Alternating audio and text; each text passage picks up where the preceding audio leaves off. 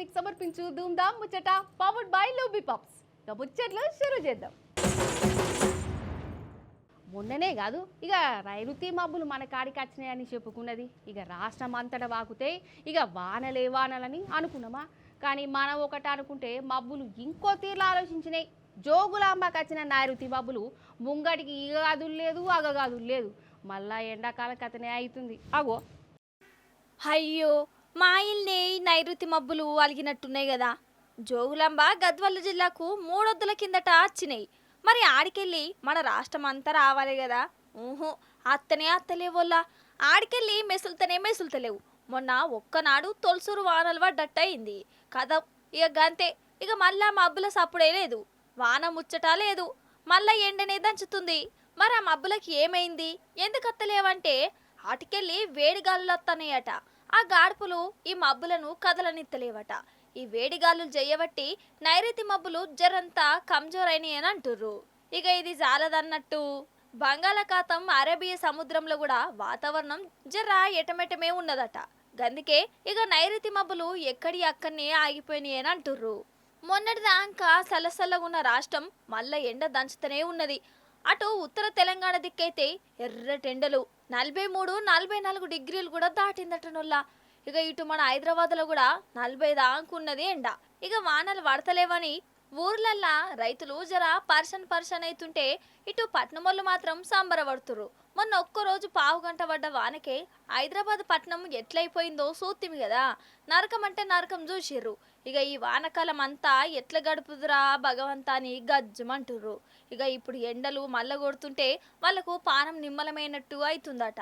ఊరందరిది ఒక బాధ అయితే ఈ పట్నం వాళ్ళది ఇంకో బాధ అన్నట్టు. అయితే ఈ నైరుతి మబ్బులు గద్వాల జిల్లాకెళ్ళి కదలకున్నా గానీ మన రాష్ట్రంలో వానలు పడతాయని అంటుర్రు వాతావరణ శాఖలు. కర్ణాటకలా ఏదో ఆవర్తనం మాట, దాన్ని ఏయబట్టి ఉరుములు మెరుపులతోని 3 వద్దులు అట్లట్లా వానలు పడతాయని అంటుర్రు. అదన్నట్టు ముచ్చట. South most tip Jogulamba Gadwal జిల్లాలోకి ఎంటర్ అవ్వడం జరిగింది. ఆ తర్వాత ఒక 3 రోజులు కొంత మందగమనంగా ఉంది. నిన్నటికి అయితే కొంచెం మళ్ళీ ఇంప్రూవ్ అయ్యి మళ్ళీ మనకి ఇటు వికారాబాదు, హైదరాబాదు, ఇటు నల్గొండ, సూర్యాపేట ఈ ఏరియాలన్నీ కవర్ చేస్తూ ఇటు భద్రాద్రి కొత్తగూడెం వరకు మనకి కవర్ అయ్యి అట్నుంచి ఆంధ్రప్రదేశ్లోని శ్రీకాకుళం జిల్లా వరకు కూడా ఋతుపవనాలు వ్యాపించడం జరిగింది. రాగల 2-3 రోజుల్లో ఇంచుమించుగా మనకి ఇంకా ఉత్తర తెలంగాణలోని జిల్లాలే మిగిలి ఉన్నాయి. సో ఇంకొక 2-3 రోజుల్లో ఉత్తర తెలంగాణ కూడా పూర్తిగా కవర్ అయిపోయి మనకి తెలంగాణ వ్యాప్తంగా ఋతుపవనాలు వ్యాపించే అవకాశం ఉంది. ఉత్తర తెలంగాణలోని 2-3 జిల్లాల్లో ఈ థండర్స్టార్మ్ యాక్టివిటీ వల్ల వర్షాలు పడే అవకాశం ఉంది. అలాగే ఇటు పశ్చిమ తెలంగాణ, దక్షిణ తెలంగాణలోని ప్రాంతంలో కూడా ఈరోజు వర్షాలు ఎక్స్పెక్ట్ చేస్తున్నాం. దక్షిణ తెలంగాణలోని ఉమ్మడి మహబూబ్నగర్ జిల్లా ప్రాంతంలోని 5 జిల్లాల్లో ఈరోజు కొద్దిగా భారీ వర్ష సూచన కూడా ఉంది.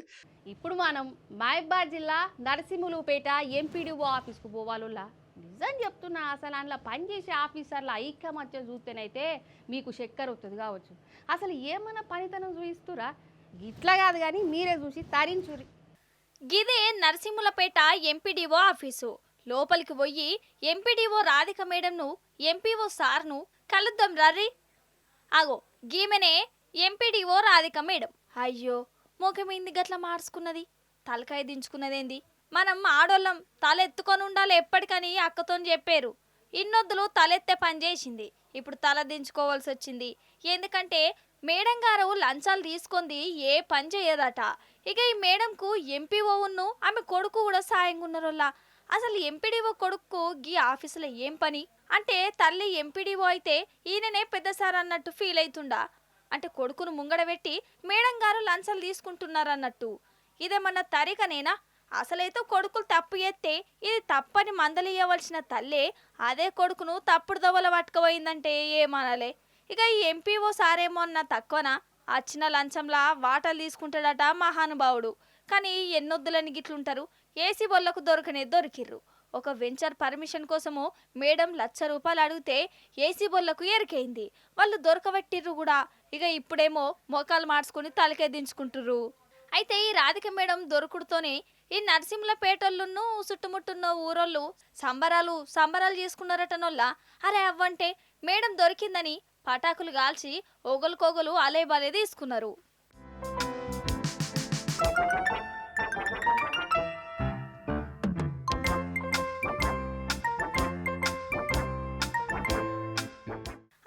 ఊరోళ్ళు గింతగానం సంబరపడుతురంటే ఇల్లు ఎన్నిగానం లంచాలు తినొచ్చు, జనాలను పైసల కోసం ఎంత పీడిచ్చిర్రు కావచ్చు కదా.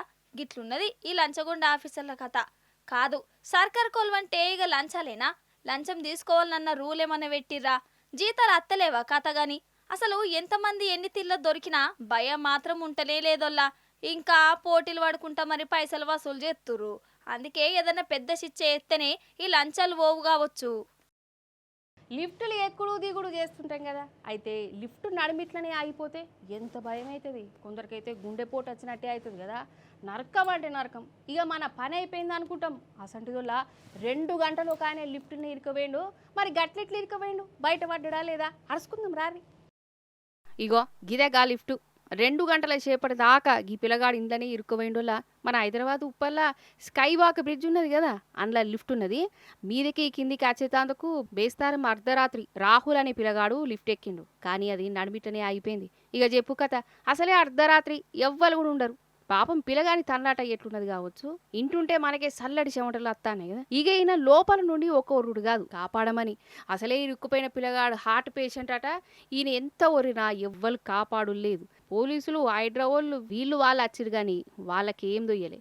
ఆ టెక్నీషియన్ను పిలిస్తేనేమో ఆయన నెమ్మదిగా అచ్చుడట. ఇక లాస్ట్కు ఎట్లనో గట్ల తండ్లాడి ఈ పిల్లగాన్ని బయటికి తీసారు. బతికిండ్రా భగవంత అనుకుంటా ఇగో ఈ పిల్లగాడు గాలి పీల్చుకున్నాడులా.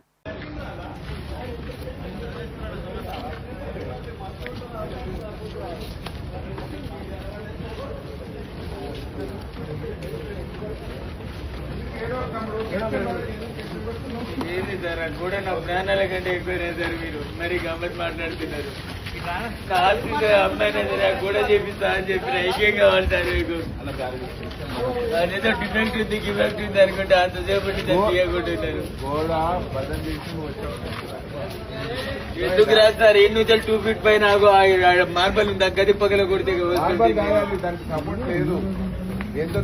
సపోర్ట్ ఏముంది సార్? మేఘన మేస్తే పనికి యోచించే ఇంకా కూడా పగలు కొట్టే కదా సార్. అట్రాలకు మిషన్ ఏ చిన్న మిషన్ తెచ్చిన పగల కొట్టారు సార్.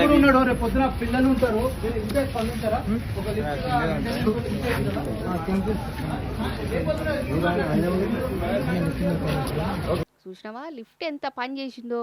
అసలు ఈ స్కై వాక్ నువ్వు పట్టించుకుంటున్నారు ఆఫీసర్లు. లిఫ్ట్ పని చేయదన్న ముచ్చట కూడా ఈ ఆఫీసర్లకు తెలియకుంటే ఎట్లా?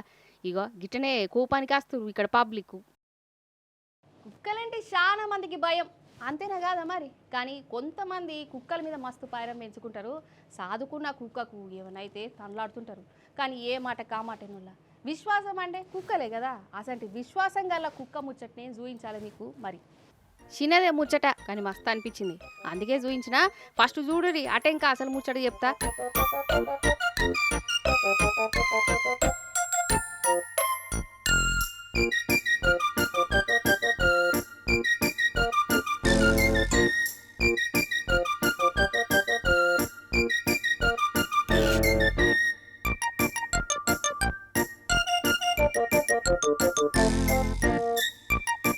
చూసినవా ఈ కుక్క ఓదారుస్తుందలా. అయితే ఈ పినగానోళ్ళ నాయన కాలం చేసిండు, ఎంత బాధ చెప్పు. నాయన మతికొచ్చినప్పుడల్లా మస్తు ఏడుస్తుండు.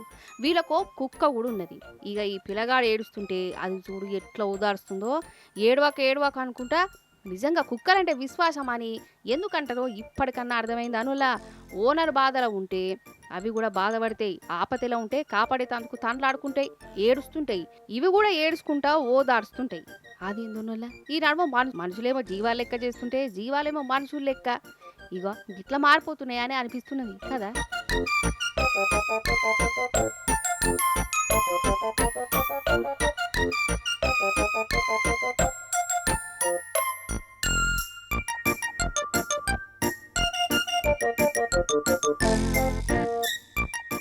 ఈశ్వరప్ప హోమ్ మెకానిక్ సమర్పించు ధూమ్ధామ్ ముచ్చట పవర్డ్ బై లూబీ పంప్స్. చూసిరు కదా గిరికి వాళ్ళ ముచ్చట్లు. మళ్ళీ చెప్పాలి మంచి మంచి ముచ్చట్లను పట్టుకొని వస్తాం. ఉంటాం మరి.